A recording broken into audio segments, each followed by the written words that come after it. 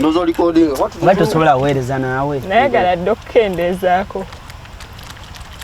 Jarabo obujulizi mu comment. Kale tubaliriza basode bajja basijona gye musinzira okubanga temutulaba. Omwezi guno omupya ogwa July naye nga tuba tuzi kuconcludinga June. Yonna gye musinzira okutwala tubebaza okubanga temutwegasseeko. Wolokoso extra digest mugoba nsonga tukubuuzaako, Seymour Official tukubuuzaako, Uganda byoge tukubuuzaako, Cruise exclusive tukubuuzaako ne Pearl One extra tukubuuzaako. Wera kubanga ate otwegasseeko. Yes. Bwe tubeera wano twogera ku bintu ebibadde bitambula mu mawulire omwezi ogubaguyise. Twasemba okusisinkana twali Mutundwe, twali kulumberwa Ankatulu Bwama. Actually ndowooza olunaku olwaleero guweredde ddala omwezi bukyanga Ankatulu Bwama ava mulamu obwensi eno yavanga musanvu. Yes, guweredde ddala omwezi bukyanga ava mulamu obwensi eno.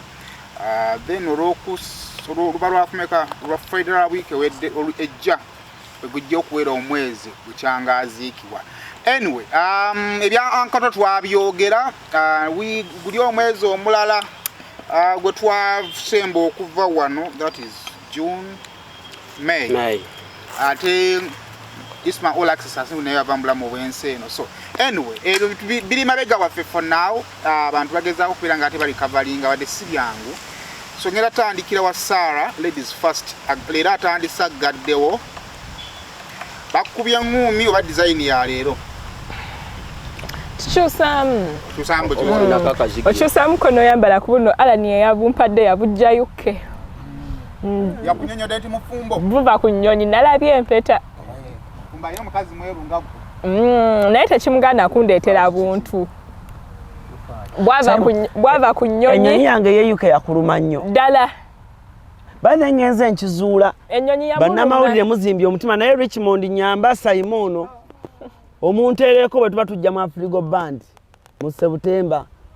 Oddayo. Nedda. Saima agenda na aromatic. Kuba naye yafuuka muzanyi waayo. Gwe bawa interview yekka. Bane tuwanirizaako nnyo mwezi mpya. Bwekishi. Mwezi gwa July naye ng'omukulu wabagambye nti tuba tuwumbawumba June. Sarah Henza kiki naawe? Ibane Sarah kuliko ye Dubai. Sarah Henza mbabuuzaako ku Pearl One extra ebyennyonyi twabiganye ennyonyi z'abanamwe muzireke. Wali Sharja wali atya. Ani sponsor. Jali. Ali Forage Moral. Ali mulakaba. Sponsor Jali. Ye yagala. Wasula Deida. China buzibu. Wasula Deida. Alani. We yangu. Mayo yagala nnyo. Simayo bizimbira kwanga. Sira bada sira ino tubulira we yasula. Oyagazaawo ki? Tusulewo ko naffe. Temujja kusobolawo. Montreal. Temujja kusobolawo. Hassan Mpombo. Anyway, ladies and gentlemen, Alan Cruz is my name, and of course Cruz exclusive kwetuli. Name kutwe jenjawulo kwetuli lukulumye nnyo oluzungu lwange sera.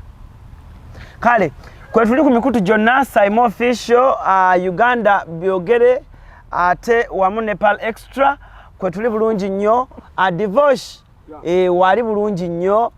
Weekend bamuyisizaamu naye y'omu ku be bagambye abaagala okusuula alien skin. Naye ekintu kyonna ffe kwetuli nnyo emboozi etandike nga soose okufuna obululu mu bantu. Thank you so much. I like the jacket. Ali mukwegula. We kutandikidde akasana kade katandise okujja n'enkya. Nye divorce. Engamba ate okweyanjula wakati mu set but mukama mulungi kakakazeeyo. Winter. Fresh from South Africa. Sude.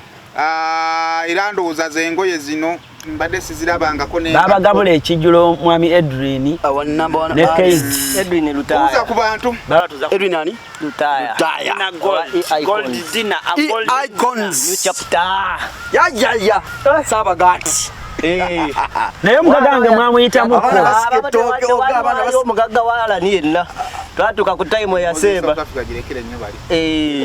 omugaggawo saamulaba bale ogenda nga South Africa omuntu najjako essimu nga madde mwogere Kampala nawe kyoba okola mu blocking eri ne simu deleting eri tolinda kujja na bisirani Kampala era buli abaweereza message ng'olaba tekyayingira ng'omanya ani yakikola kakala abaana bavaano nga bakyali bange netuuka eri ne bakola bwe bati kibinya yatukola bulungi Josaton yatukola bulungi Kagoye yatukola bulungi Dabani Jula yatukola bulungi besalaba nga mumanya bajjako essimu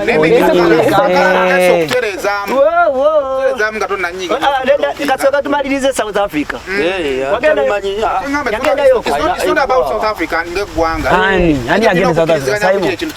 kati nze mba ngenda kulya mmere ya kiro mmere yonna yalunakirala amasigenda kulya kakalamu nawe nokuba nga olina abebugere bewali wekweseeko nga tubinatereera omanyi mutera ogenda international nga temunava kuloko olina abebugere naye nga mudde nabo nga twogera ate kisoboka kisobola kubeera nga ninaye wadde mukyalo nakuba essimu nga yakimanyi erinnya lyo mukyalo gwani yenze nga ye gwamanyi Seegu n'atuka ku kwinizi we baba n'agikuba ey'amaanyi n'otandika ogituka kubanga tolina omutwala mukazi go kamu kati naye bwali obulamu takyapanga bupanzi kale twesonyiye yani tuwayatisiba wayalinga nga ku mobile money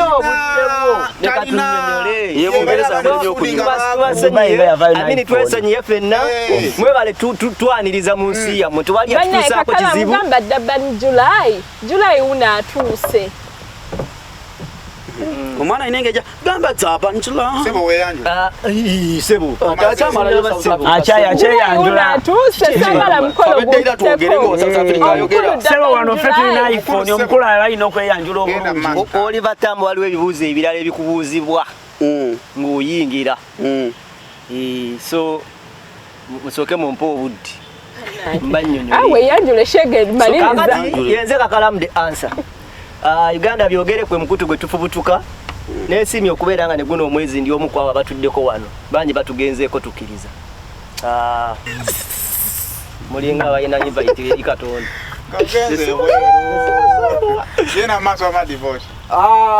Wolokoso extra digest mugoba nsonga Simon official Uganda byogere cruise exclusive PAL 1 extra not so bano nga balina kamera nyingi abakulu sebo mukikola mutya ba legendary jawulide nga njogerako kamera balina 7 mu 2 abantu balina 8 ku celebrity truck ani anampako banna tewali exclusive era ina okumpa bwe mwe namba bozako kamera 2 emu ekwata bigere endala ekwata mutwe banakuwake eyo mutwe mugamba mutya mwe naba twegesa amaso nako olwaleero kato mugikotogeddemu ko katono mwebale kutuuka mwezi ogw'omusanvu wetwogerera banna bakulu sebo bigambo bino kakalamu ayagala wanika ku ngatto ye bagirabe salako sebo sebo kamange yanjo nyongero bebaza okuyita mu kutundu ly'omwaka emyezi 6 tugikubye wali katugenda tumanya 2023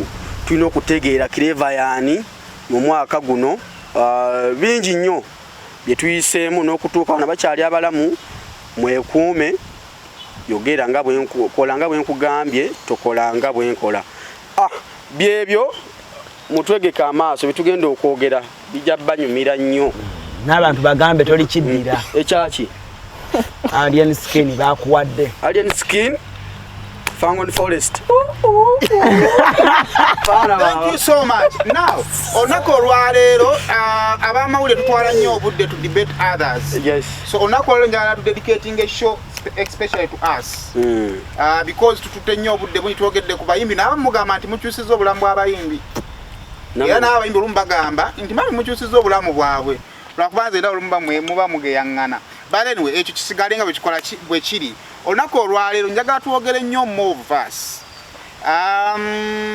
Amawulire gano buli muntu alina mu inspiring okuyingira mu kino kyakoze eki kyalimu. YouTube of late is becoming serious. Yana ndowooza tutandise okufuuka a section of mawulire of a sort. So kakati tugwanira okweyita abamawulire because obulamu bw'abantu bukyuse n'ebifaanaganako bwe bityo.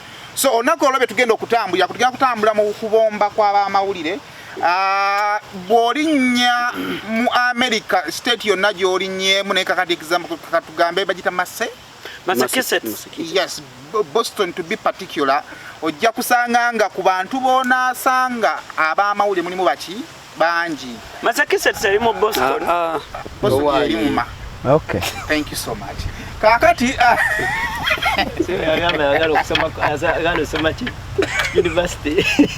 So, kakati abamawulire lwaki bangi ekisooka omukisa gw'amawulire okutambula mungi kubanga isoko mulimu guli international teguli mu Uganda mukka ekyoku international guli respected kakati omukisa gw'okufuna visa wadde nga n'abamiddwa bangi so tugenda kutunulira okubomba tugenda kutunulira obukubagano bw'abamawulire n'abayimbi then tugenda kusembyayo contribution y'abamawulire ku nkulaakulana y'abantu be bakolako bonna betukolako n'endoza tujja tutunanyo mu entertainment because wetutambulire nnyo so this week akakalamu wali ne Keys in South Africa.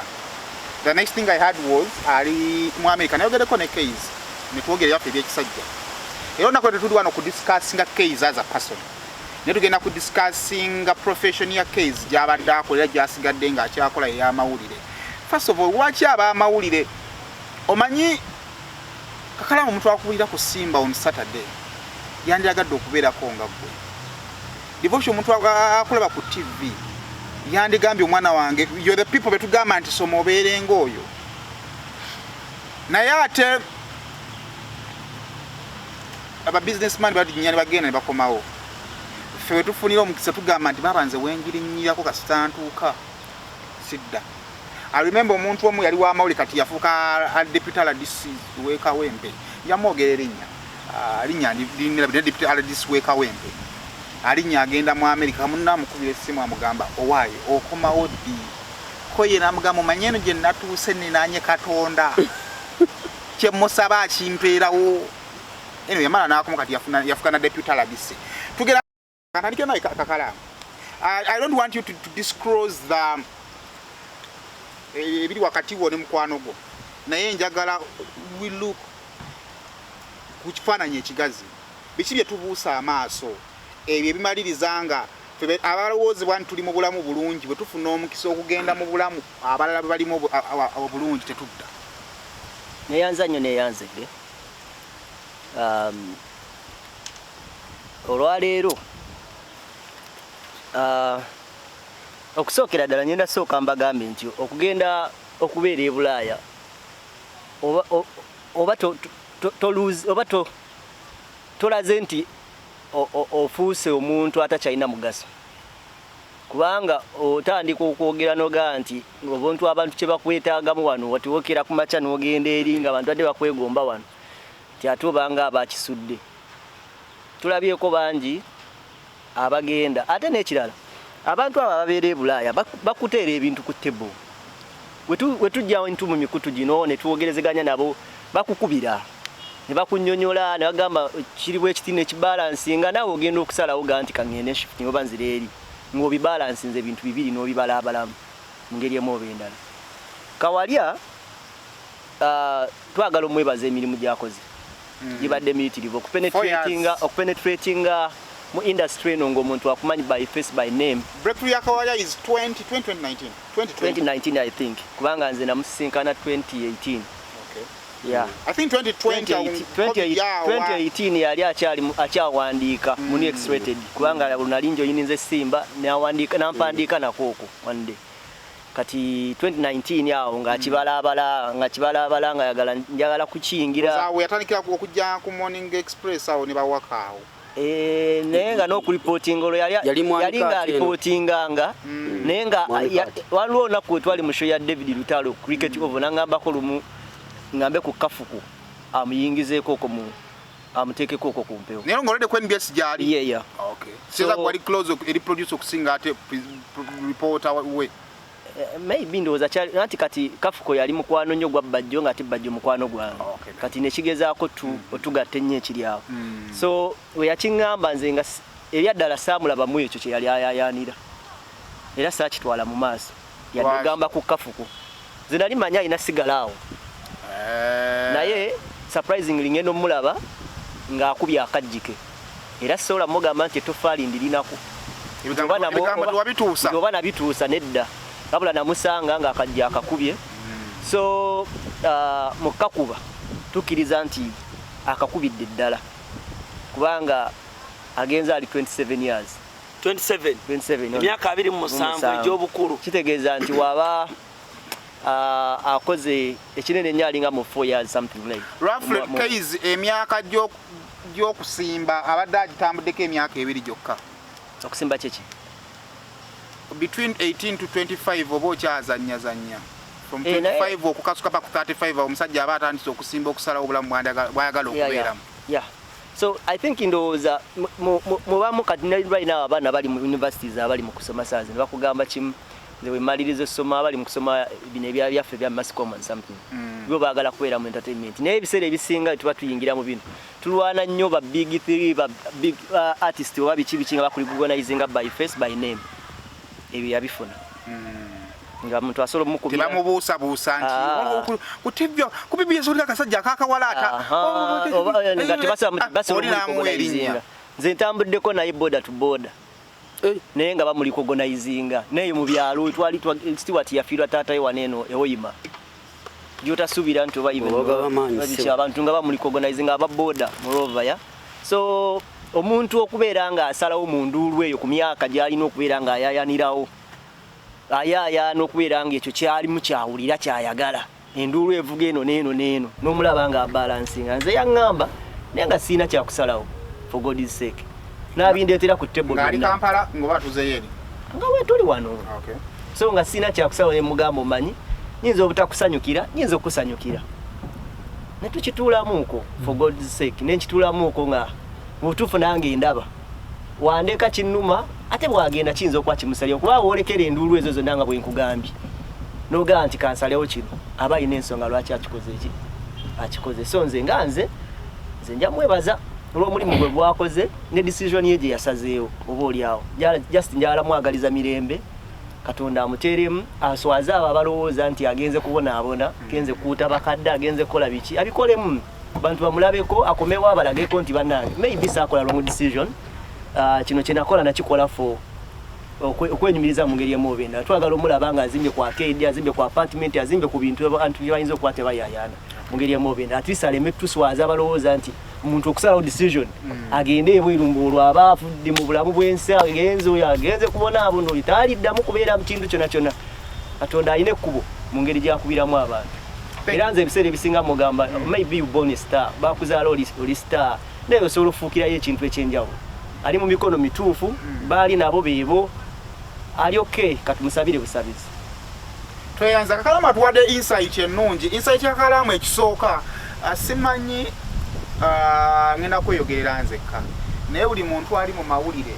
ekisooka ssente abamu tetwaziraba we always look at these names twalabanga nnyo obutaala buno ssente tetwazirowoozaako kubanga bayinza n'okukubuuza nti kale oba walowooza ku ssente because practical things ebiraga ssente emmotoka oba kubuuza by the time wayingira amawulire emmotoka ya presenter gye wali omanyi nga togikola ki togimanyi kitegeeza nti nno ssente twali tunulira butaala so kaizi wabanga kye yali alwanirira okufuna abadde akirina nga bwali butaala kitegeeza ati 25 yali aguze emmotoka yesooka oba kitegeeza 25 years so kitegeeza nti nno yatuuka we yali ayagala kati ng'alina okulengera wakola ki awasukkawo now insight ya Kakalamu gyatuwadde divorce bye wali oyagala omaze okubifuna the divorce you wanted to become oli household name kati buli wogenda bakumanyi biki ebyo bye twabuusanga amaaso kati wakaizi tuvuddeyo biki bye twabuusanga amaaso byozuula later on erinnya omaze kati okulifuna programs wali wegayire okufuna kati ozifuna biki bye twabuusanga amaaso byomala n'ozuula nga omaze okufuna erinnya wewa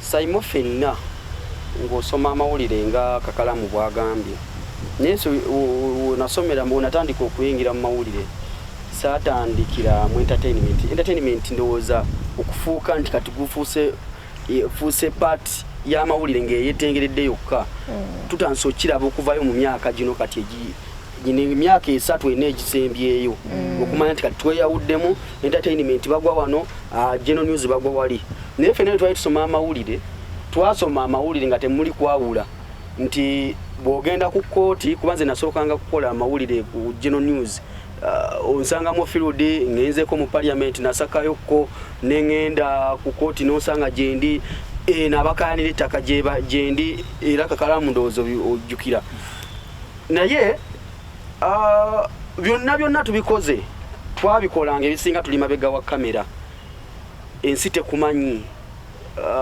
ogamba ndi mu mawulire muno bangi betuli abadde mu mawulire avuddemu erinnya alikoze naye aleseewo ki ne tutambulamu ku bigere bwe twafuna chance ne tumanya nti entertainment ennaku zino ejjumbiddwa nnyo abavubuka abayiiya n'okumanya kiki twagala essaawa zino ne tuvaayoko kweri ne tudde eno kyova omuntu akusanga ku YouTube n'agamba buno bu YouTuber naye nga tamanyi background ki olwokuba akulabidde ki ku internet n'okumanya nti Simon kati YouTuber oyo saa Simon nga olitakola ku TV naye nga akumanyi ku YouTube n'alowooza oli ki oli YouTuber ng'abalabe bajja ne bakubuukira omulimu byonna tubikoze amannya ge tubadde twagala tugafunye byonna byetolera ku Simon kyoyogedde obugagga bw'omuntu tetukolera nno tewaliaga nti nkolera mbeere mugagga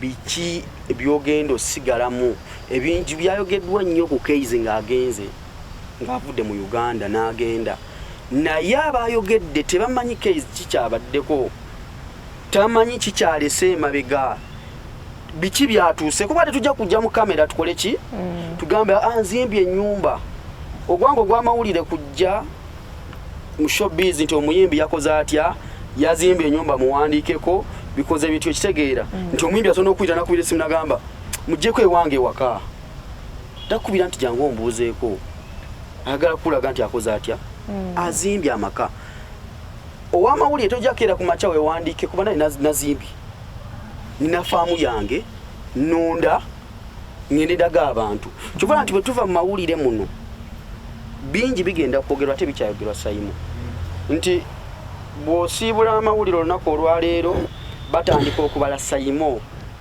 abadde ayogerera abantu alina kaki okitegeera nti bw'osiibula amawulire olunaku olwaleero n'ogavaamu kiki tugenda okuleka emabega ensi egenda kumanya ki tofa ku ebyo ekyo twabuusa amaaso erinnya tulikoze naye akasente kano waliwo obeera mu nnyumba onoogamba naye bajja kusanga kusala amalodi okwo ng'otambula ku bigere naye gy'ogenda ogenda okwebaka akayumba kako kakalamu ennyumba go wagizimba oba bajja kusanga ku myaka emirala 10 ng'owumudde amawulire bakulabe ng'okomyewo mu mawulire okyalwanira space y'abaana abajja mu myaka 7 gye wakola wagikolamu ki nkizza wano kati bwe ŋŋamba nti nange ndi muntu bwe nkeera ku makya ne ŋŋamba nti ugiwalo gye bayita green pasture nkoze amawulire nga nti myaka 7-8 mbadde mu field nga njiriba kyekoze nkikoze okugenda ebweru w'eggwanga wano tulina n'abasawo abagenda ebweru n'agamba abasawo kinene nnyo omulimu egimu ku giseme kiva nti tugirungiya nako twakola tubayita bahausigalo kakati because twagala tukishuga koti nga tukinyirize tubatandika obayita house manager kakati tutandise oba importing nga tubatwalawa bweru kubanga gye egimu ku mirimu egyetwandibadde tusemera ddala okubanga tukola ki tukkakanya badde ntunuulira wano badde nkugamba wano tulina osanga oli dokita nga abadde mu Mengo oba mu Mengo hospital oba wa nga w'amaanyi ne bagamba nti asasula $3 million oba $4 million oba $5 million omwezi n'akulaga nti agenda kulekawo omulimu ogwo afulume eggwanga agenda ayiribe musigala mwebuuza omuntu abadde afuna $5 million lwaki agenze wewe batwogerera nti omulimu gw'amawulire twepanka tetusasulwa nnyo tetukola ki tusasulwa kye tulina kufuna mu kaseera ketukoleddemu bwe mba nga nsazeewo ne ŋŋamba nti amawulire nga maze kangende nkola ebirala si buli ali mu kukola essaawa zino waliwo ali mu kiyumba nga ali mu kukola nga yasoma busomesa naye nga yasoma busomesa nagamba sidi musomesa kyembadde kitageti yange tevuddeeyo bulungi profession ngiveemu nzire mugende mu kiyumba nkole bwe ŋŋamba nti nfuluma nva Uganda ng'ogyeko okugenda mu America nsobola osigala mu Uganda nenva mu mawulire nentandika nikola omudaala gwange ogw'ennyaanya ninga nti wano wali ssente zange ngenze mu bulimi wano wali ssente zange so okuva mu mawulire n'ogenda ebweru ng'oli n'okisanyukira agenze mu Bwakadaama yes ogamba agenze mu Bwakadaama naye nze kyerina ku mutima nze nkimanyi ngenze kuyiriba ngenze kyusa bulamu tageti yange byenasoma biganya kyusa ki obulamu kitegeera sigamba nti embeera enyize Kampala tulina targets buli omu alina target gye yeewa mu bulamu gy'alina okutuukako so muganda wange Saimo n'abatulaba ku mikutu egy'enjawulo tuleme kukiteeka ku muntu nti alemereddwa n'abakyala oluusi agamba alemereddwa amaka nagamba nti ngenze buli omu kyetwogerako essaawa zino bwe kuba kukirozaako asobola okukirozaako weewaawo just ngamba bugambye nti ku myaka gye ngaka walyanga gwe tusinziddeko babadde bayita abavubuka abaavu abadde tajja mulayini abadde tagisimba abadde alina ekyo kyateekeddwa okubeera nakyo mu myaka gye ng'omuvubuka so embeera mbisi eyabuno mbuba bwavuba biki it was just a decision nga just alaba mu myaka kikyayinza okukola mu myaka 5 omanyi waliwo kye bayita okwetunula munoga mu myaka 5 kikyenyinza okubeera kikiwuka like that yeah so katono Saimo nkongereza ku kakalamu banange bwe tuba tukola buli omu alina kyayagala okufuna bwe mbanga gw'oyagala kukola kuzimba mizigo gy'abapangisa nze njagala kukola birala naye olina akusanga n'agamba nti n'ennyumba munsula siiyo ffe tuli eno tuli mukola buli omu agamba tulina okuzimba emizigo gy'abapangisa nina okukola kino nze ngamba njja kukola ekirooto kyange kyakuzimba oba media house eyange ngenze kugikolerera nkomewo nga ntandika kyange naye onogamba avudde Kampala tazimbye adde muzigo si buli omu tagenda zimba mizigo wane Kampala ate si buli omu nti agenda sula mu nyumba ye Kampala waliwo yaŋŋambye mbu mupositinga ennyumba ze mupangisa mukwano si buli kati buli mwana azimba Kampala tewa space temala bannange space temala thank you kale kakati mu bino mukanvo okugatakalo nnyo ku kyakakalamu obulamu bulina emitendera omwana akyali biro 18 obulamu babulatingira mu performance bane omwana wange yakoze bulungi banange yayise bulungi bwawo kye tuba tukola ki kiba tuwogerako ne ku university lumu kikenderamu kubanga bazadde bafamu tebafuna mukisa kutuka ku university sebyayo tebabikola ki tebabimanya nera bwani badde busigala bulatingibwa ku ki ku performances omwana bw'ava ku university waliwo ebikusuubirwamu ekisooka obuwanguzi obusooka kwe kufuluma ennyumba ya kitaawo n'ogenda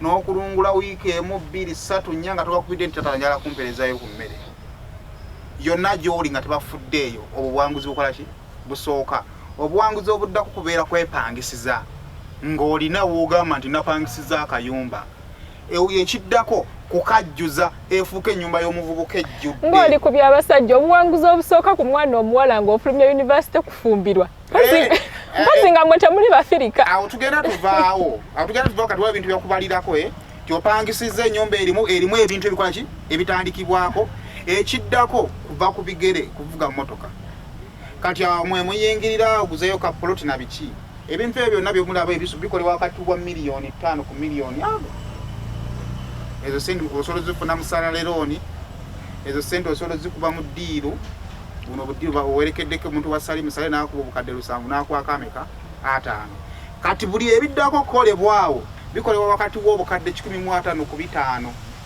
ekyamazima naawe ali ku mikutu gino atulaba oyinza okuba tozikwatangako wamu oba ontegeera kati oyinza okusanga nga abantu abasinga waatunyamu n'agamba kakati neetaaga okukola projekiti neetaaga ettaka yiika y'ettaka ey'omuwakiso ya bukadde ameka 7 ezo nzijjeewa nteeka ennyumba z'abapangisa awo kakati devotional submission ye Sarah wanje nze ndabamuko nga obunafu. There are people abali celebrated mu mawulire muno nga bagagga. Ebyaddala nga bagagga nga bazikoze muno. CBS bwe yagala mu 2009 abakozi abasinga batandika okusabiriza kubanga baali badependinga ku radio n'ebyajja nga byabasanganga around radio. Bona azanyira music akusanga ku radio, anakuba MC akusanga ku radio, anakuwa byonna ne babona nnyo. Bwe ba radio bwekomawo batandika okugattagattako emirimu. Ndabanga ekyobunafu eri ab'amawulire ffenna okutandika okulabanga essuubi liri mu kubomba kuva mu ggwanga. Can't we make money nga tuli mu mawulire? Because nandirowoozezza nti erinnya ssente, nti bwe mala okufuna erinnya lino kati let me make money out of it. Ate bwe mala okufuna erinnya ate n'enfuma n'embomba n'eŋŋenda si bunafu.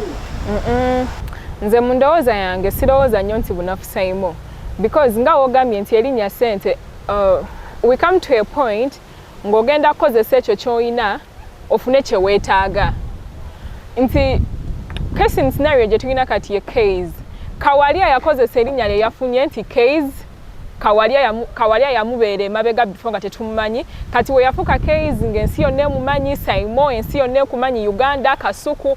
You come to a point wogamba nti kati kankozesa lino erinnya lye nnina okufuna kye neetaaga, nti Kawalya nga nze case neetaaga ki. First of all, buli muntu ng'ojjako n'ogamba nti generally tufokasinze kuba mawulire, buli muntu aba n'ekiruubirirwa kye ng'omuntu.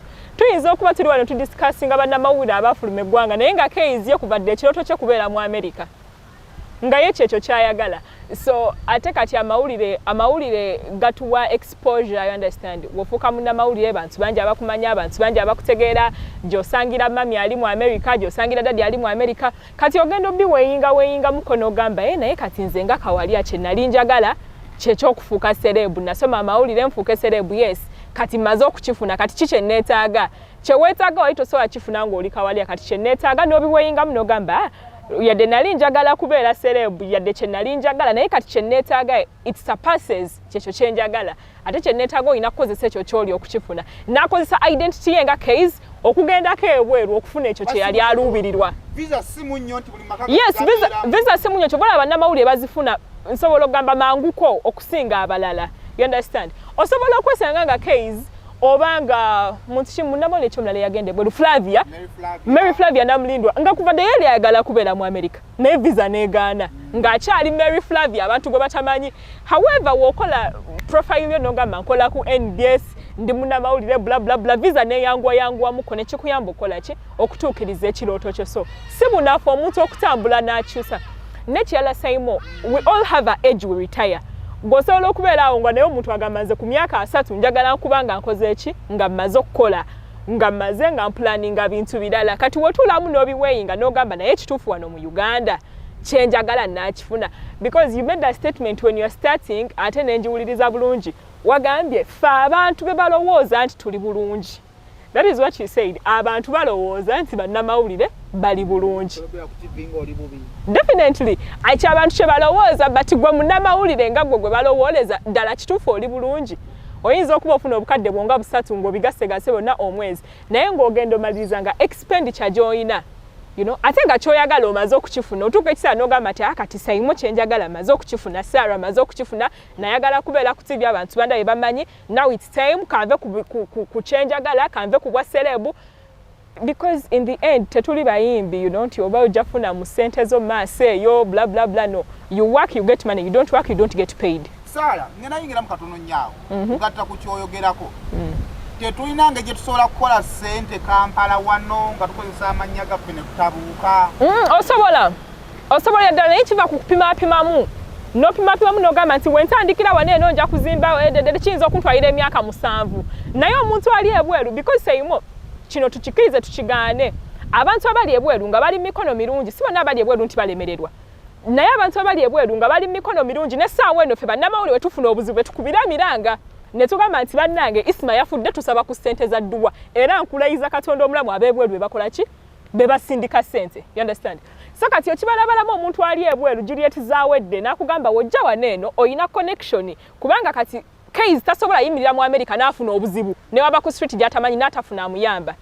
You understand? Ne waabulira name any state in the states nagamba nze Kawalya case imbulidde Texas waberayo omuntu ali mu Texas amanyi Kawalya ajja okukola ki ajja okumrescuinga so kati Juliet zawedde akusomeramu nagamba Saimo awokola sente ekituufu oli serebu naye okusinziira ku status yo wona ajja mu America n'okola kino ne kino omuntu gundi ajja kuyambako ne gundi n'akuyambako oyinza okwachivinga kino myaka 2 kati n'obibalabalamu nga wosigala e Uganda ojja kyachivinga myaka 5 ate ng'emyaka gigenda n'ogamba akangende ebweru nga n'obusobozi obuyina definitely kubanga with time you deteriorate Saimo wa 2023 si ajja okuba Saimo wa 2027 waliwo Saimo omulala ali emakerera ajja gwe tutamanyi so kati obibalabalamu n'ogamba keizi wa 2023 mu myaka ena waliwo keizi omulala gwe basomesa kuwumuka ati ajja so you target money, you target your life in the long run n'ogamba kyenkozeko nkikoze nina nkifunyemu abantu abananyamba abantu abasobola okuntuusa ku kyenneetaaga kati kangende but it's not failure. Okay, thank you so much. Chusamu kwa katono nnyo. Kakati wabali sana. Tugeza kubanga tufuna insights ezenjawulo. Lwali nabagambe tugenda kubanga tuwogera nnyo more of us. Tulina abantu bangi nnyo abatwegomberako numbers zezaawukana nti Alan Cruz ayinza okuba yalina bangi naye ffenna olinayo omuntu agamba naye tuba twegomba abantu tutumira nnyo mu lifestyle n'ogamba nti ombuuko oyo tufaananya character olaba naye akikuba nange nsobola okukola ki okikuba abantu abamu tufaananya background abamu twakula nabo ng'omuntu gwakula naye n'amasuba agamba olaba naye gwe twafulumanga naye mu kifuufu akikuba nange kati ate nga waliyo ne kolas ate nja kikola ki nja kikuba Cruz my problem jenina oba worry ayinza oba si problem naye nga worry nti ekisooka tuli mu generation ya social media where everyone is accepted is not accepted naye is free okwogera kyonna nga bwakikoze eki wakirabye ndabanga omulimu guno ogukiruuzinga entertainment journalism kaiza abadde afuuse empagi nga bw'oyogera kuba entertainment journalist n'otamwogerako you either have a problem or you have a personal issue with him kati empagi emu weebanga yeetandise kati ate abali obubeezi wansi w'ekizimbe kyabadde awaniridde aba abalesse mu mbeera eri awo omulimu olwo gusigalawa tusizaamuko okay webale nnyo Saimo point yange tezijja kufaananako nazabalala ze basubmitinze naye my point esooka bw'otambula mu institutions ezisinga obungi ezisomesa amawulire wano mu ggwanga Uganda oba n'abaana abaagasoma oba n'abali eyo buli omu omuwulira agamba gundi yalwa ku radio ffe tunaakolawa gundi yalwa ku TV ffe tunaakolawa ye point abaana abasinga amawulire gayingira buli omu ayingira tavaawo buli omu ayingira tavaawo so nalabye abaana bangi nga buli omu acriticizing case ogenda but I think kyandibawadde n'amaanyi abamu abali eyo okufuna ku time noga nti webale mubadde mugamba nnyo nti bannamawulire tukaddiira ku mirimu mubadde mugamba nnyo bannamawulire tetuva mu ofiisi nammwe abaana abato mujje mukwatemu bino tebiringa byakuyimba nti simanyi big 3 mwakwata kikwata kati kaizi yalaze nti munnamawulire osobola ogendera ku piikiyo Selector William yagendera ku piikiye naye he's a legend mu radio amanyi kyakola Flavia Namulindo yagendera ku piikiye bangi Kapalaga yagendera ku piikiye so what does this show kitulaga kifa bannamawulire sijagamba abato mu myaka but abatamaze mu bbanga ddene abatoka na apply ransonga nti abagenze babadde okuleka ndoza Namulindo abagenzi badde bali mu their 30s their middle 30s oshitegera so myaka joyinzo gandi tuse mu kusasula sukulu so bwe tuba tulaba ebintu ebyo Kaizi tagenze yekka he was advised he got advice from kwaba abagenda nga obudde bugenze n'abo abagenda nga obudde bukyali Alan Cruz Saimo I'll give an example you're one of those few people mu mawulire wano abasobola okuyimirira God forbid ne bwe mba nvudde mu bulamu bw'ensi ng'omanyi Cruz wawe yatandikira okitegeera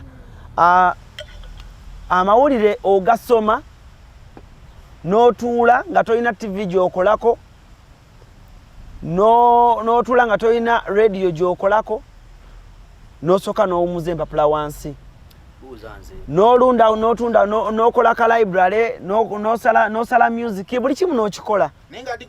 Nenga degree yo n'okola comedy. Ate comedy kati era Saimo oyo yandaba nedda ssebo naye nga nze nange okumanya nali simanyi nti Saimo ati yakola ki, yakola amawulire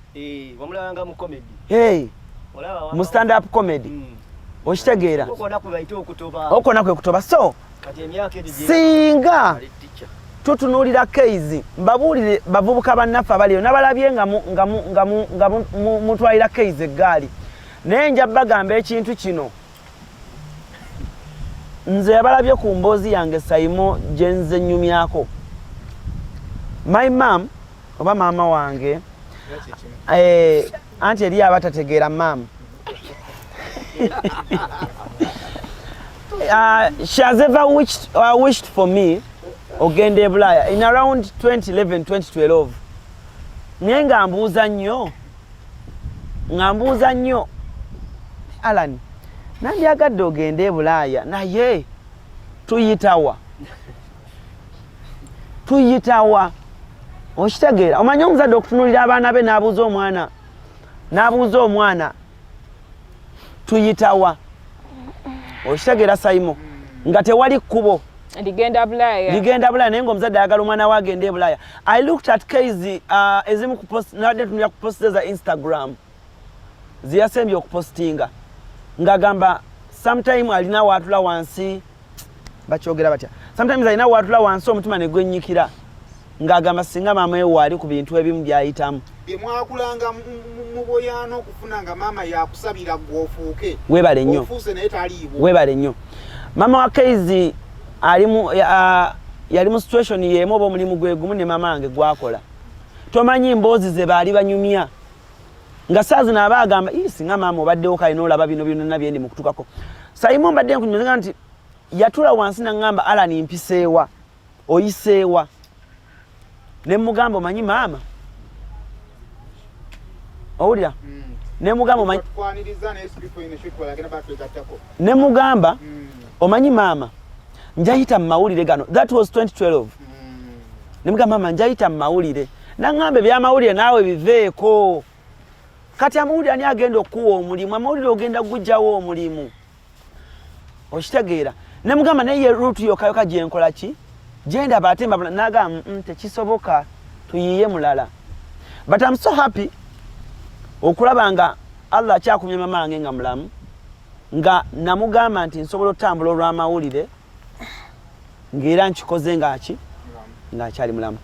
Ffenna abavubuka abato nammwe abaana abali ku institutions amawulire gano kkubo likutemera future yo. Osobola okufuna abagagga abakuyamba, abantu abakuyamba, abantu ab'enjawulo n'osalawo n'ogamba okay ku kyenfunyeemu kantuule, ku kyenfunyeemu kantambule okitegeera. I will summarize situation eyo mu bintu bibiri. One, mwagamba bannamawulire tebava mu ofiisi munaakolawa. Kale tutandise okugenda nga tuli bato mujje namwe mugezeeko okitegeera. Bw'aba Kaizi we yavudde waliwo abaana omutwalo mulamu b'2,000 oba emitwalo 2 okitegeera. Mwenna mujje mutrayinge onfuna.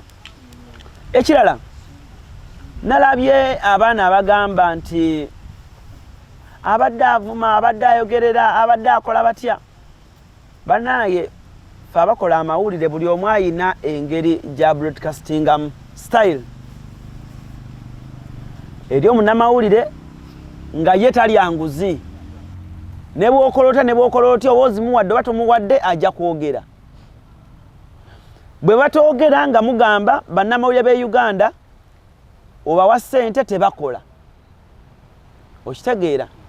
So abadde open nga omaliza abadde ayogera ye kyawulira ne kyalaba okitegeera ekirala abadde n'obulamu obulala ng'avudde ku TV nga ebya TV ba ku TV naye njagala maliriza nga mbagamba wamma case wooli newe watuuse n'abo abakuvuma bonna baagala okgendayo just ekkubo likyakoze eki ekkubo likyabuze naye nga bwe banaafunayo era nja kumaliriza nga nyaniriza Ibrake weebale nnyo weebalire ddala bwe tuba tusobodde nze nalabako Ibra mu ddakiika emu Saimo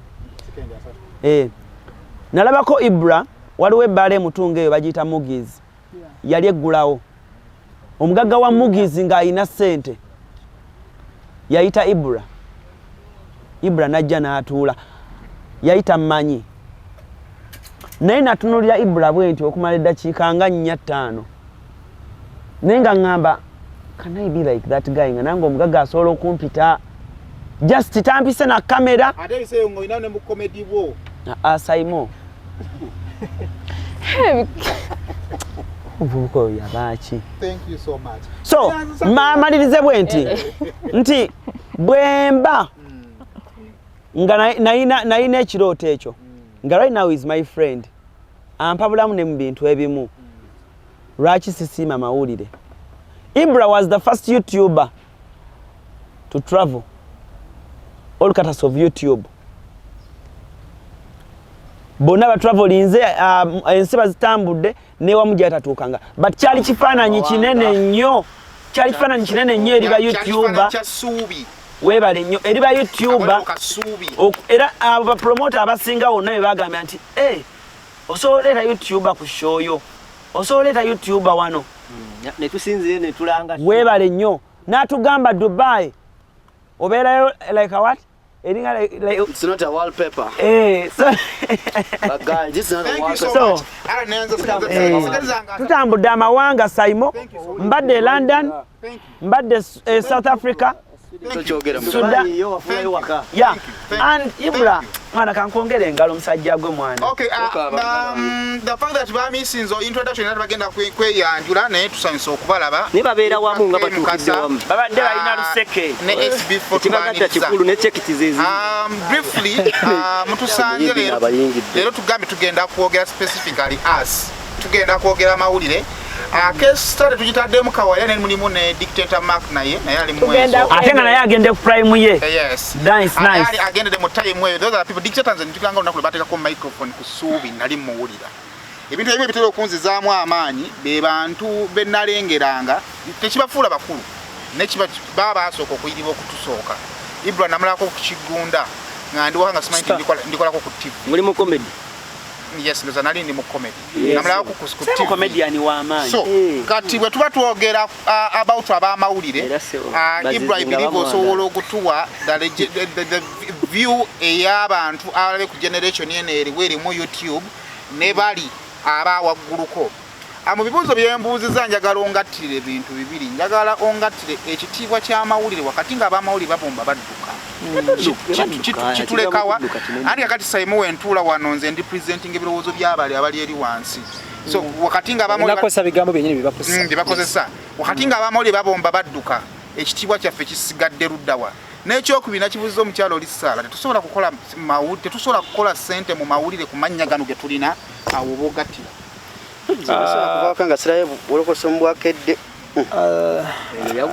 buno obuzina bwe buno ate nga muwanga message ku makya Assalamu alaikum wa rahmatullahi wa barakatuh amanya n'eddoboozi nze mutabani wa Sara Mukasa azaala ba Mukasa aba generation yeddako ngava mba Mukasa aba generation yaliwo nange nji mukujongerayo njagala kwebaza Allah atusobosezza okusinkana olunaku lwaleero njagala kwebaza baganda bange abawulira omulanga guno gw'okuba ntusisinkane tubeere nga tukola shows zino mu kulaba okuko gwali eyo omunafu w'obwongo oyinza olowooza tezigattako but in the long run ffe tumanyi zigattako era buli kimu kitambula bulungi Njakwebaza SB4 media tugguse ensonga, njakwebaza Seimo official, njakwebaza Celebrity Track, njakwebaza Africa to the World byogere, njakwebaza Alan Cruise exclusive, njakwebaza Sarah Henza ne baganda bafa abali eri bemutala babeera ku kamera.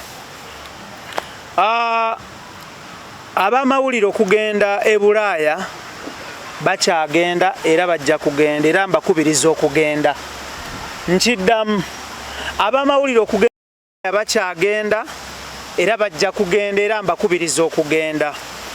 Si be basoose abagenze, si be bagenda okusembayo abagenze. Mu group y'abannamawulire mulimu omuvubuka omu akola ku TV nga nange ngisinga amaanyi. Nkiddamu mu group y'abamawulire eya WhatsApp mulimu omuvubuka akola ku TVM ngisinga amaanyi, ngisinga viewership, ngisinga n'ebiruubirirwa. Yasinzira mu group omwo n'anafuya abamawulire nti buli gwe mulaba nga agenda ebweru nga tagenda kudda is a fake journalist, half-baked and unprofessional. Kyannuma nnyo, nze bwe nnumwa nnyo ekintu sikyogerako. Ye system yange. Naye natunulira omuvubuka nga anafuya abantu abagenze ebweru okukyusa obulamu olw'ensonga zaabwe ziri personal, olw'ensonga bo ze bamanyi ng'agamba bali unprofessional, bali half-baked, bali fake. N'agamba nti kati abo ke bagenze katusigaze abali professional. Njagala kutangazaamu nga mbulira bannamawulire n'abantu abalaba emikutu gino gyonna nti tubadde n'abamawulire nga baakabi nnyo n'okusinga ffe ne bagenda ebweru. Case in point, omwami gwe bayita Maurice Ocho, so professional, so talented, so legit, so organized, so landy. Naye natunulira omwana ng'agamba nti buli wamawulire gwe mulaba agenda ebweru abeera si waakabi. Maurice Ocho abatamumanyi mumugende mumunoonyeze ku Twitter. Gino emikutu emirala gino oyinza obutamusangayo. Maurice Ocho paka n'olwaleero akyakola waaka n'amuweereza NTV, the biggest TV in this country. Oshegeera. Naye omwana nga anafuya abantu bano, omuntu owokubiri bamuyita Rafsanjani Abetatia. Very professional, so good. Nkiddamu bw'oba tobamanyi bano ng'oli ku TV etandika, take time. TV mu Uganda tetandikidde ku kwoli olwaleero. N'abamawulire okugenda ebweru tebatandikidde ku case era tebagenda koma ku case. Abamawulire abakabi, Rafsanjani okuva mu Uganda okugenda mu America yali Public Relations Officer wa Uganda Broadcasting Corporation, UBC. Rafsanjani ng'akola n'olupapula olusinga okuba olw'amaanyi mu East Africa, that is Daily Monitor. Rafsanjani ya making a chameleon, ya making a Bebe Cool, ya making a Bobby Wine. N'abali mu generation eyo n'abaragadi. Oshegeera, but yatuuka time n'agenda ebweru. Okugenda ebweru si kive, okugenda ebweru si kikolimo, babeera tebalemereddwa.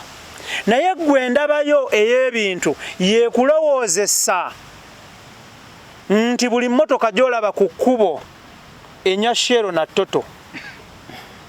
Gwe ndabayo ey'ebintu yeekulowoozesa nti toothpaste gw'omanyidde ridenti yekka. Endabayo ey'ebintu yeekulowoozesa nti abakyala beetunda. Buli afuna ku ssente. Endowooza y'ebintu yeekulowoozesa nti buli afuna essente n'agaggawala asooka kusamira. Ochegeera. Endowooza y'ebintu yeekulowoozesa nti buli alina ssente ffala gw'atazirina bw'olizikwatako olikola ekisinga ekyo kyakola. Tweggyemu endowooza eyo bannayuganda. Case Kawalya Isaac sagala mu discussinga nnyo okugenda ebweru. Reason being nti nze simanyi bank statement ya case bwe badde eyimiridde. Simanyi birooto bya case bya myaka 5 from now. Simanyi nteekateeka za case za myaka 10 okuva kati. Ayina ensonga z'okugenda ebweru. Ffe twakola amawulire nga tetusasulwa. Ne tutuuka time ne batandika okutusasula. Ne tulaba ku ssente. ne tugamba nti tukoze tutya economies of scales zino okuzigaziya ne tugenda ku mikutu nga YouTube ne tutandika okubira abantu obulango mu ngeri zaffe ne tu empoweringa social media. So olwaleero luno omuntu bwakeera ku makya ng'alaba sente zaafuna wano olwaleero oba ebirooto bye nga binenemukko okusinga waali wadde mbokola kyayagala. Tujja kufuna abamawulire bangi abagenda okuresigninga bave ku TV naye nga baakabi. Case in point, Fifi the Queen teyagobwa ku TV, yakeera bukeezi n'ata TV n'atandika ebirala. Okigera kyenkunyonyola. So bannayuganda abatugoberera ne bannayuganda betugoberera mulekere kunafuya abantu. Omukulu Mark, Dictator Mark, yonna gyali n'ebyakola byonna, it is his business and life. Ffe tuyina abaana, ffe tuzadde abaana, tukyazaala. Nze sirina bwe ngenda kubeera Kampala ng'abaana bange bansaba ekintu ekyebbeeyi nga sisobola kibatuusaako ne megenda kuba kyeyo. Tojja kunstopinga gwomu. You cannot. Tugenda okuba ebyeyo bino olw'abantu baffe, abaana baffe n'ebirooto byaffe. Gwe ekirooto kyo kyakulaba Ibula ku TV. Ekirooto kya Ibula kyakuba na ssente mu nsawo. Muleme kutweteeka muleme kutwekukutirizaako nnyo. Ekisinga okunnuma Ibula kiri kimu. Oyo akulaba akwagala ennyo wakusanga gamba sayimo mpa ku ssente. Mwakikuba. Tubawagidde mutwe ku ssente. Naye nga kyasinga okukola Mukama mwebale ngira nkwebaza nnyo kussaako remote n'akola ki? N'akulaba. Thank you. So nze nkubiriza buli wa mawulire ali mu Uganda ng'olina obusobozi obugenda ebweru genda era ng'okyagala nkiddamu kano mukasalemu mukatereke. Buli wa mawulire ng'oli mu Uganda na buli munnayuganda ali mu Uganda ng'ofunye obusobozi go. Actually buno bubaka mbuwa buli munnayuganda ng'okyalina amaanyi agali nnyo ennyonyi. Sigamba wa myaka 9 ennyonyi eyinza okukosa omukko. Oyinza obutatuuka. Okyegeera. Buli munnayuganda nga olina obusobozi obugenda ebweru saba go start life. Si tetukyogera mu bubi. Saagala oli afulumya settlement egamba nti Uganda wabinedda. Waliwo ali e Uganda ng'ali contented. Waliwo ali wano ng'agatta tebikyagatta yugo. Abantu bangi nnyo mu debatinga ku bantu nti bagenze beru babamye visa abamu tubamanyi. Nkiddamu nze nina abantu bemmanyi nga bakamumma visa nnya. Naye nga discussion z'ababomba bwe zituuka yasookawo n'azoogerako nnyo. Lwaki togenda e Kalungu n'ogenda e Mbale ne weera nga weejagira muno visa oyagala yaki? Time lwetuka okudiscussinga ku bagenda ebweru Mr. Mani ono aboogerako nnyo. Naye nga bakamumma visa emirundi ena si kyeyagaliramu bati nkulaga nti Katonda akusasula. Gwakidiscussinga ennyo. Kubanga kati ejeena lwaki otadde Omumerica ku tension ng'omukyekingako emirundi ena in a space of 2 years oyagala kugenda kukola ki? Kiki oyagala ogenda okunona ekiggwawo opapa ki? Kyotandise. Linako oyo ali mu kukube jejjerebu nti abantu bagenda ebweru munnamawulire nga nze nga gwe. Naye emirundi ena gye bakamumma visa ali ku tension nnyo. Onona ki mu America ekiggwawo kyotasobola kulinda ne bagikuuma mu January n'ogiruutako mu Gw'omusanvu. Alina omukisa gw'otalabanga nti appointment ziba zijjudde naye yaafuna. Okyagera kyenkunyonyola. Yes. Settle down. Agenda kola ati. Osabidde mu UNA, osabidde mu UDCATE, osabidde mu UNA eri endala zonna bakummye. Ogezezzaako ne mu mikwano bakummye. But because omutima gw'omubi ogw'okudda ku radio ne ku TV no discussinga nga abantu nga babamye visa n'abalala nga bagenze Katonda akusasula. Nze Simon kino nkikubuulira. Nze banyima visa ne Alan. Ya America. Naawe? Tanaba. No. Banyima ne bakumma ne bamma Kayongo. Ngate wangamba. Naye it was not a party. Era nze saakyenyumiririzamu era nakeera ku makya n'ensetolinga. Okitegeera. naye nze we banyima visa abamawulire abakuba Kyakaali ne Jjejjereru baali bangi ngolokye kibasanyusa kye bagimumye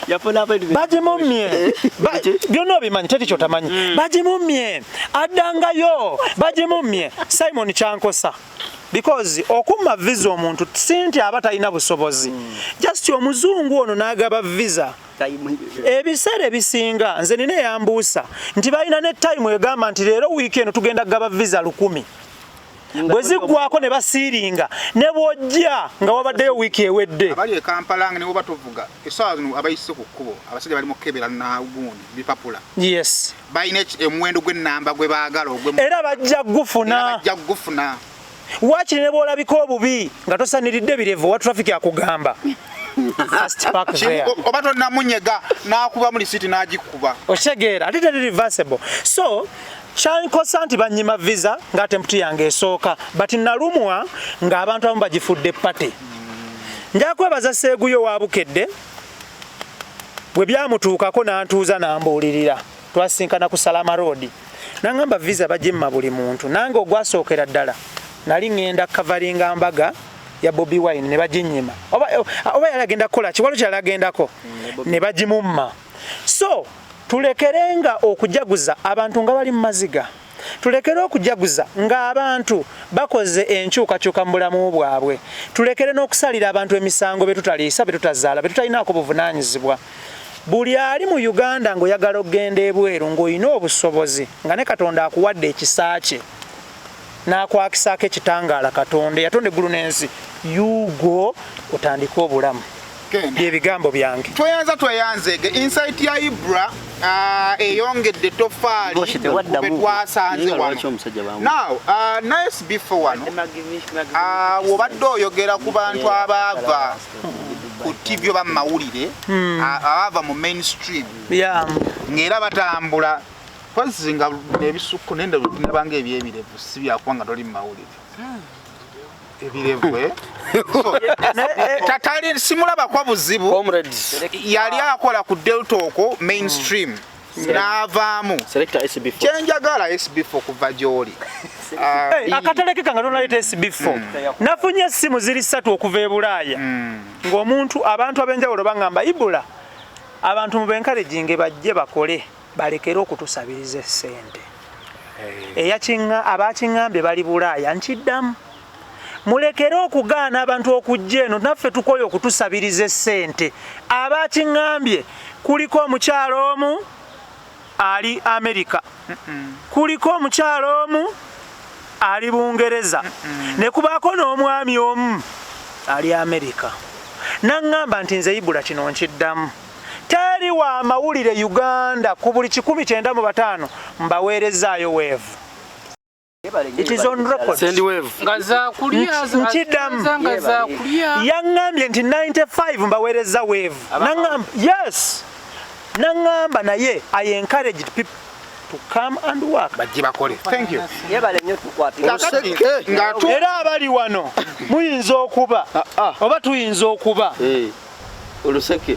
Nga tuzimusaba oba nga akusima batuwa SB4 tobikula byama batuwa akodo kamole okuwa kanzire mu SB4 abana ba America bocha wevu baba kusigala kuwa oba osabye oba tosabye wone kano Ibro bero ina campaign gyoli mu America oba ali e Bungereza bali mu gwanga lyonna na kuwaya akakadde you realize nti onalaka center akola ki azirina notandika n'okumuyiya leero n'omuyiya n'obika n'olwaza ezasukala zikuwa mu bulungi endala gwatandika okumusika eriyo zekantumira ku mikwano gyange eyali asimye emirimu gye nkola ngamba SB4 nkuweerezaayo dola izizo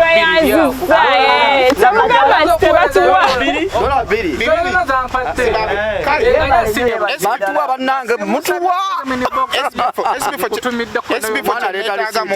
kyenetaaga muggwe of course to be discussing nze tubitambudde nekyenjagala okumanya obulamu nga ovudde mu mainstream decision eyokuva mu mainstream osobola okudda mu life gwe gye waddamu osobola okufaananako afumye n'agenda teeka situmu katono nnyo awo ng'owamawulire because otuuka obutaala obulina buli omu akulaba naye n'ogamba naye naika neetaaga ssente SB4 media eno yeetaaga mo time okusinga ku gye mbadde njiwa luli mbadde ngenda kusula ku TV nkeere nga ndi mu kwebaka bwe ngenda bwe nva ku TV nja kufuba n'obudde bwange bungi okusobola okukola ebyange.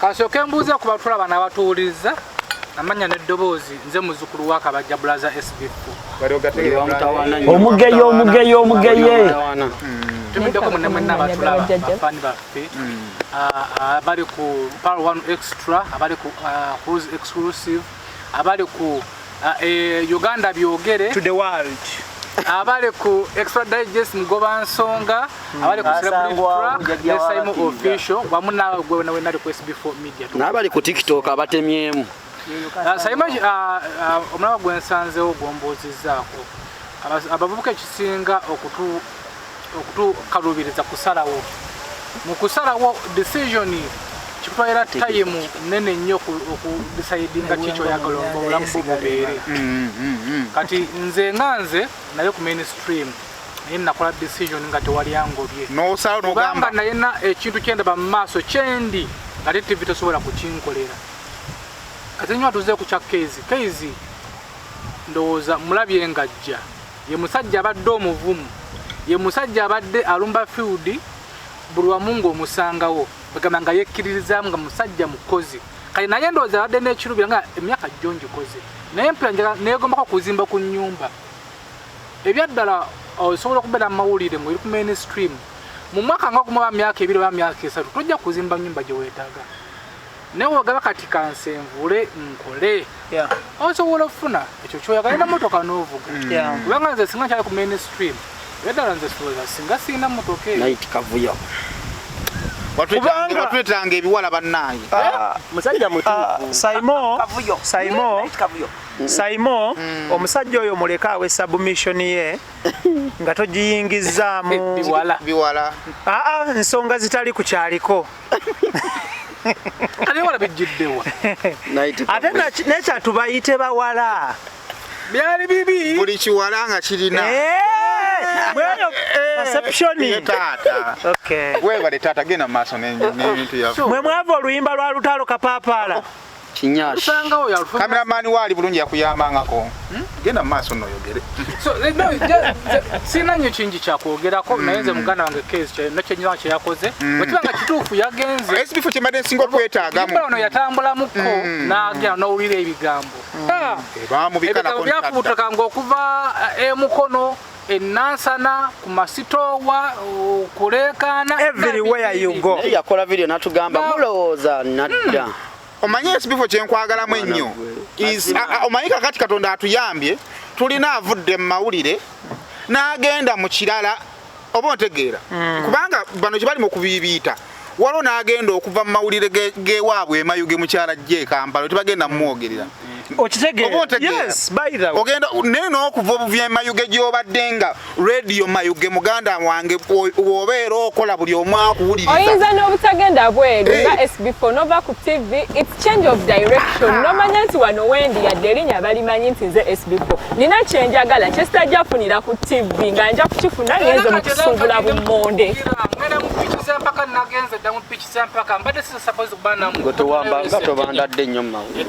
njagala kwongerezako kintu kya SB4 okutangazaamu abatulaba SB4 ayogedde ku kuvuga kuzimba byonna ebyo because at the end of the day bintu bikulu nnyo mu bulamu bwaffe babitukolerako nnyo evaluation naye njagala n'okutegeezera abantu abatulaba temulowooza nti buli abantu abavudde ku radio ne TV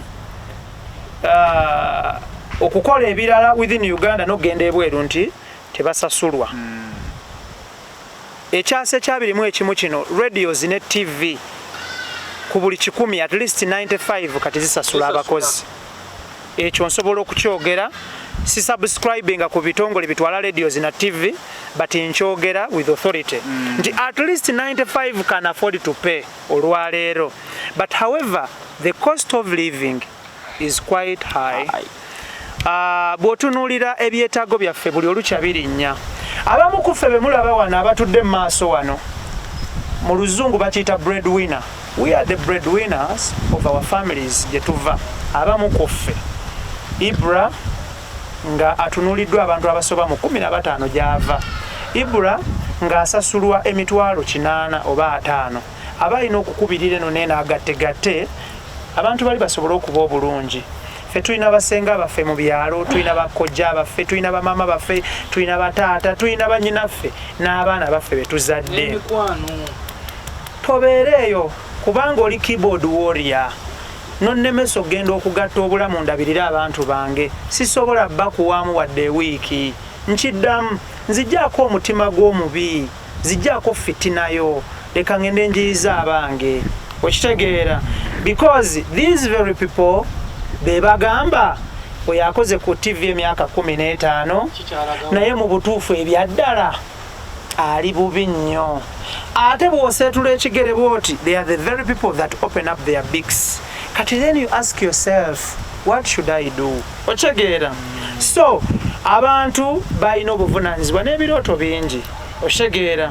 Nze nali nnyumyamuko n'omuntu omu n'aŋŋamba, lwaki wejjako abaana n'obatwala ebweru babeereeyo basomereeyo? Okitegeera? Yajja mu inbox yange ne muweereza enamba yange ne mugamba linnya booda ojje tutuule nkugulire ekyemisana nkunnyonnyola ensonga zange. Toddamu kuwogganira ku social media. Okitegeera? Because tuba n'ensonga ezisukka naffe ku kwagala kwaffe. Okitegeera? Bw'olaba ng'omukyala ng'akedde ku makya n'agamba obufumbo mbutadde, tomukaka buddamu. Bw'olaba yes. Okitegeera? Bw'olaba nga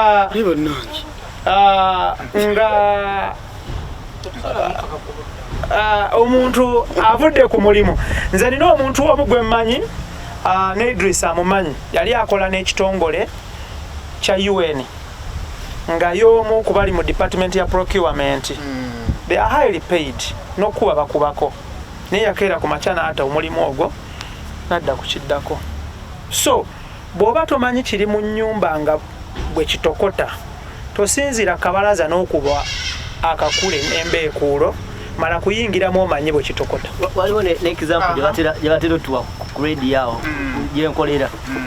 Yogera nti kusimba naye boga nti gy'okolera olinga agamba bakama abo titwaganye sisinkana bali baŋŋaana kikulu nnyo kakalamu totusiiga nziro empologoma yaki kasisa 3 we nali neebuuza tokamalirawo Afrika lwaki Alex Mukulu yalekulira Simba. Alex Mukulu yali PD by then. Naye nga alina connection. Kalechezi. Amukalanga chapati. Lwaki? Naye bangamba ekintu kimu ne bangamba nti Alex Mukulu yakeera ku makya n'agamba bakama be. N'abagamba muyaakooyi okukeeranga buli lunaku. Bw'akimanyidde nnyo ekyokuweeranga buli lunaku alina kukeeranga n'ajjanga ku leediyo akole. Munga kifuuse kya bulijjo mu mutwe gwe yeetaaga okukunoonyaako ekintu ekirala. Example ekintu kisobola okujja mu mawulire like that naga nti oli yatugamba nga buli kituufu ebamu respect ku radio bamukola buli kimu big name n'asalawo n'agamba teyadda mabega erwa wamagenda mu maaso jake twagimaze dda naye kampisawo kano bagikuweemu eno Uncle Edwin yagimu South Africa. Edwin yapanga to Edwin new chapter Africa. Simon kampisawo kano. New chapter Africa. Edwin yampa gundi professional headsets.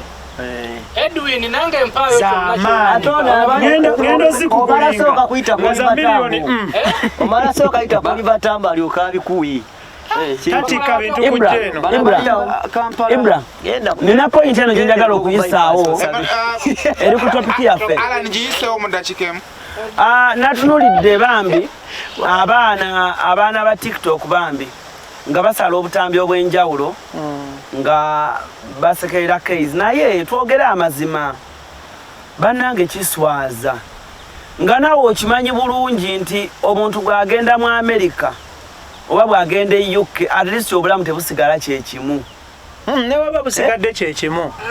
No. Ne baba busigadde kyekimu. Choice ye.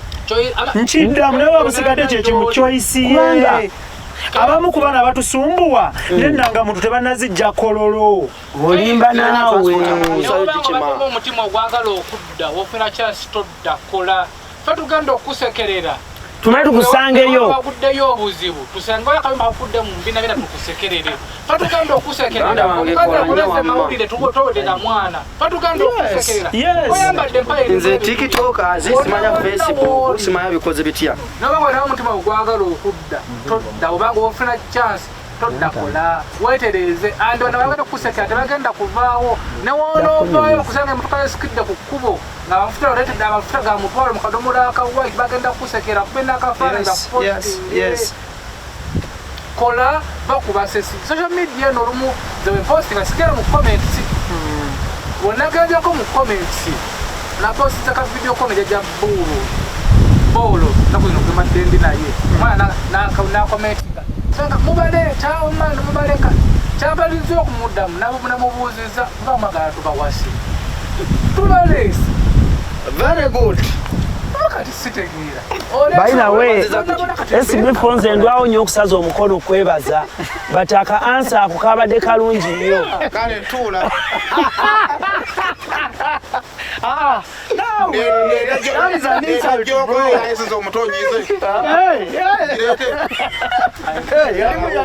Gwe Simon, bino bye twogerako byagenda Bulaaya. Salawo okunyiiga. Nze bannyime ya Amerika Omungereza nampa. By the way, nze manyi Simon Simon kwajja fitina. Naye kanjogereko ne Richmond. Nga tuvudde wano. Oba Jose. Joko esezo omutonyi ina.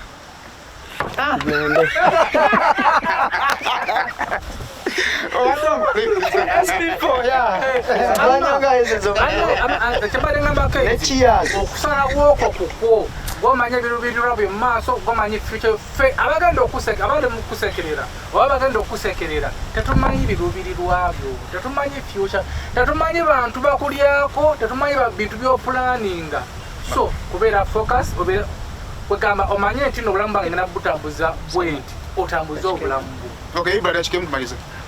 Ku nsonga era njagala nyongereko. Ngenda kutangaza bannayuganda abatulaba ku mikutu gino gyonna. Gina huge following. Teri muntu yagenze Bulaaya nga wana abadde talina kyakulya. Ngenda bakumenyera mpola mpola. Mmwe abalowooza nti omuntu wana aba aweddemu. You are jokers. Muli baddiikuula. Katongole omutongole agenda okuva wano nga piddi wa radio nga alina amaka nga yeevuga nga bane basomera masomero malungi oyo omu ng'alina ne kalina nkiddamu Messi agenda okuva wano nga Land Road mu bitundu ebyenjawulo mu Kampala akakola omukolo guli wa miliyoni nga 8. Thank you. Messi n'olwaleero alina amaduuka 3 gemmanyi nga gakola ekitone nnyo emiliyoni 2 omwezi ate nga buduuka bw'alejjalejja ate nga ago magoba si capital. Messi agenda okuva wano nga yeevuga ng'alina ennyumba z'abapangisa. Messi alina ennyumba emunyonyo. Messi alina ennyumba mu kikajjo oba amayumba. Nkulaga ki nti gwali eyakuba jjejjerebu oli mu kusambira waggulu nga jansi si jansi waliwo kana kanyenyenkule blood abantu abava wano abasinga they are well off. Kaizi teyagobwa ku mulimu era tagobwangako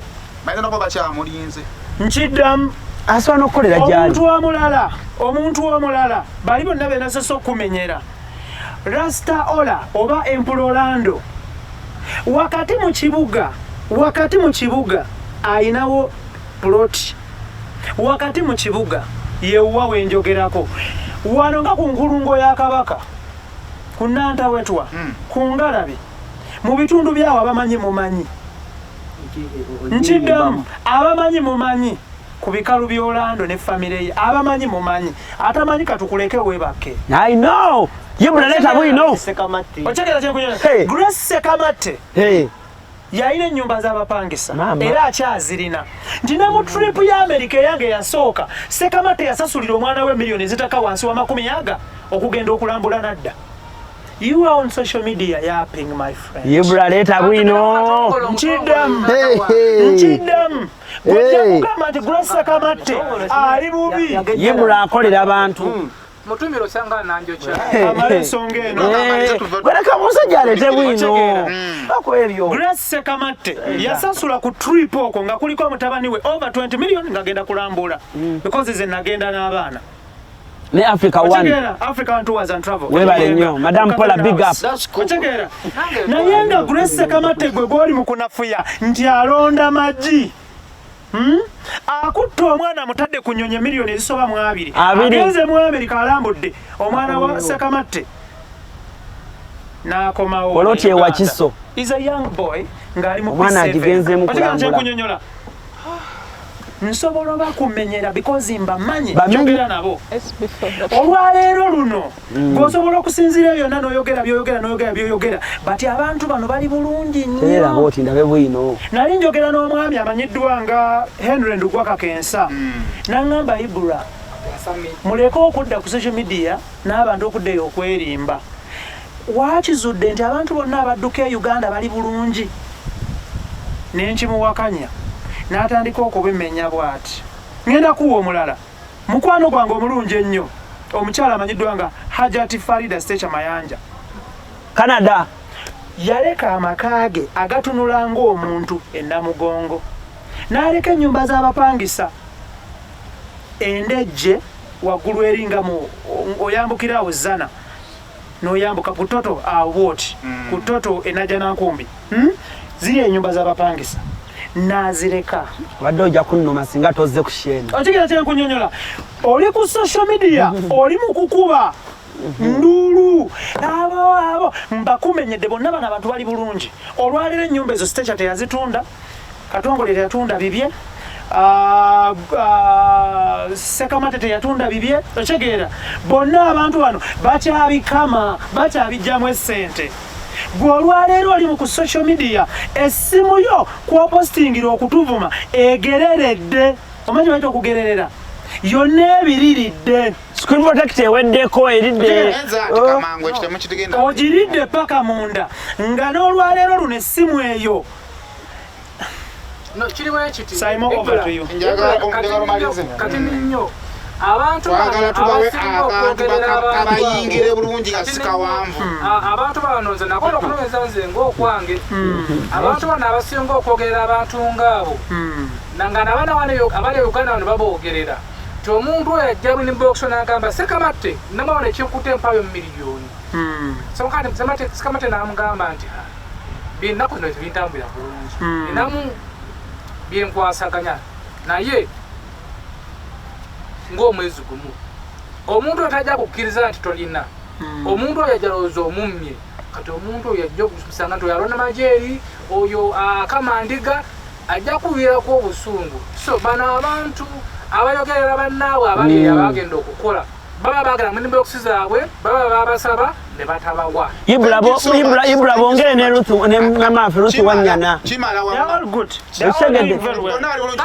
Ongere Barnabas Ebonizi. Vonabo. Wino. Ibula yalese. Yes. Abantu bano kankukiza hapo ku Ruth Wanyana. Owebale nnyo. Ruth Wanyana abantu balaga wano ne boogera kino n'ekiri. But Ruth Wanyana nze nali njogera naye ku ssimu. Ochagera ng'alina barelative be nga ngamba Ibula njagala kusasula barelative bange baana b'Abaganda bange mu Africa wano bajje balambule baddeyo. Si muzu mu America muva wala yava kusimba kupikiye. Ibula nino muwa n'abiba wanga bukyali nyinzo byerabira. Bali bulungi bano. Ruth Wanyana yali mukwano nnyo. Give me 5 my brother. Oyina bwino. Ng'atera okujja ne bamukyalirako nga nakasisita kuba kaalagawa kenalinamu essuubi kasisita wakainamu kyentaata nedda ssebo Simon so tusubya bwino wamma esibifo walinamu essuubi tandikirawo musuubi tandikira musuubi labana anonya omutwe njagala nkuba bulungi omutwe aniteira si musanyufu let me take back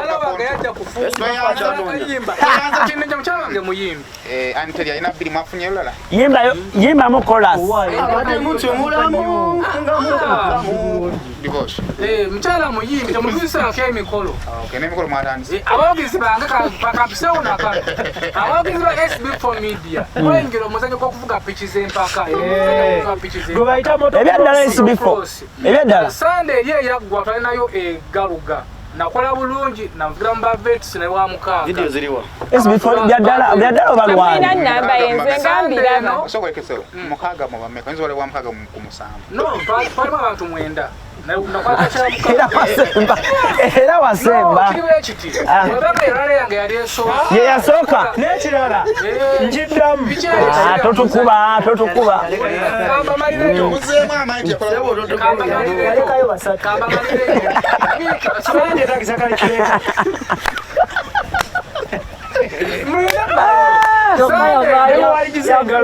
yavaayo umano namugamba okikoze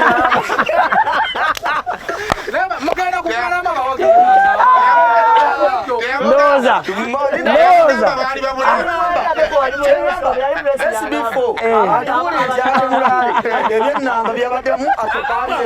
ndowooza mamafiina yagamba mutabani wange tokoze bubi yali akulimba ate lwaki oyongeramu agambye mwenda yali mulofu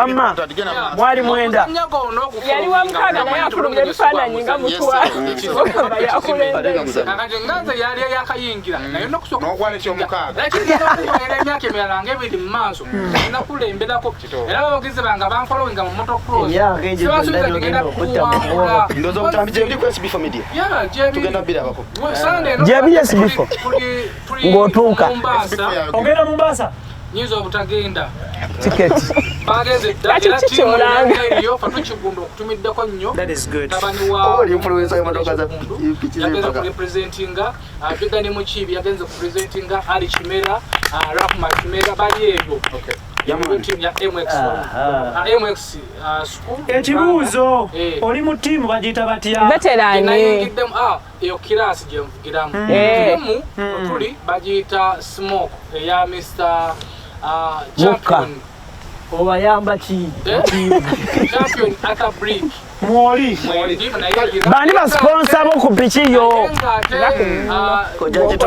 oba group etutwala MX school bambi webale nga tuvudde mu lwali it's a good career munamana otanonya mulaba nga nvudde ku YouTube badde nsaba onaamenyeko statement ye nti tukwasanga bajanja bolo kudukaliya gye wayingidde wegiri muddi mama isibifo ananyo wetambo netubakola ogenda yingira tetumaliriza Simon bandika kalamu oyagala kwogera emeka mulindeko tumaliriza olwaleero mbadde njagala nsabe tuleme kugattiriza kiba kino kyaffe nnyo oba ontegeera wetunakigattirizaako bannamawulire beetere mugundi ate balumye negundi tuleme kigatta kakati bakulu mwe babiri njagala mu emboozi eno eyakaveera nda neyakave South Africa lekera okungulira ku WhatsApp wakomawo dda lekera akubira no ku WhatsApp ondabisa kakalamu ne cruise mu ddakiika emu kitundu njagala mugatte lessons zetufunye mu gundi eno mubeere nga babadde ba secretary twongere okukkaatiriza bye twogeddeko. Thank you so much. Obadde oyagala kwogera. Obeeranga musomesa agamba abaana obedde alaba nga boogera n'abagamba mujje mudde mu bye mbadde nsomesa. Kisikiza temuyina kye mugala. Basole mubeere bulungi.